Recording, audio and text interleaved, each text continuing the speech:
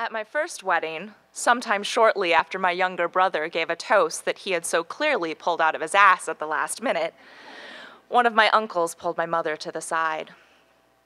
"Well, Amy," he said to her, "despite everything, they," meaning my brother and I, "turned out okay. After all, my brother was at the time a cadet at the United States Military Academy at West Point, and I, at 28, was finally married." As my mother relayed the story weeks or maybe months later on the phone, it was immediately clear to me that my uncle's loudest words that night were the ones he didn't say.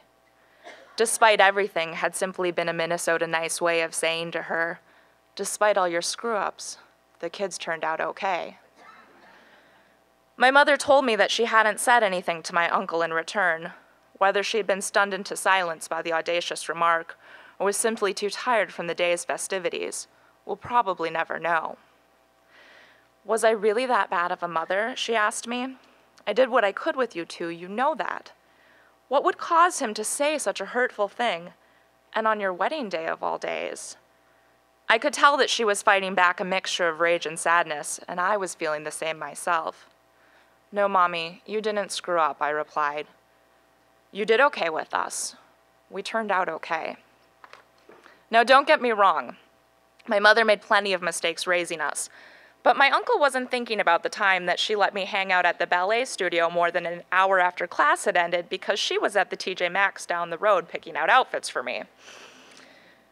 No, my uncle's words were a thinly veiled reference to the years of abuse my brother and I witnessed before my mother's courageous decision to give my stepfather an ultimatum: get help and start being a decent husband, or get out.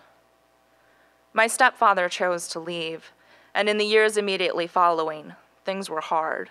Really, really hard. Couldn't get hired in her field because nobody wants a pastor who's a single mom with a teen and a preschooler hard. Working part-time at a church and washing dishes at a local cafe so she could put food on the table hard. Accepting gifts of hand-me-down cars from Grandpa and back-to-school shopping trips with Grandma hard. And yet somehow we always had enough.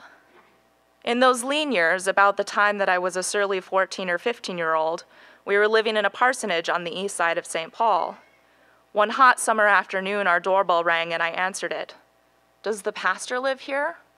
A man and his two kids, one close to my age, stood before me. I yelled for my mom to come downstairs and figured out quickly that they were looking for a handout.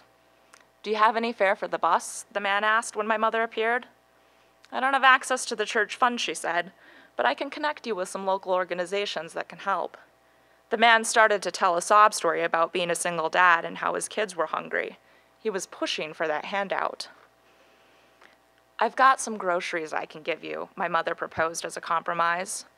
The man's pride almost stopped him from accepting until he looked at his own teen daughter, whose eyes were begging for any help that was being offered. I remember being perplexed and maybe even angry as my mother went into our own kitchen to collect some bread, peanut butter, and a half-gallon of milk with only one glass missing when it felt like we had so little.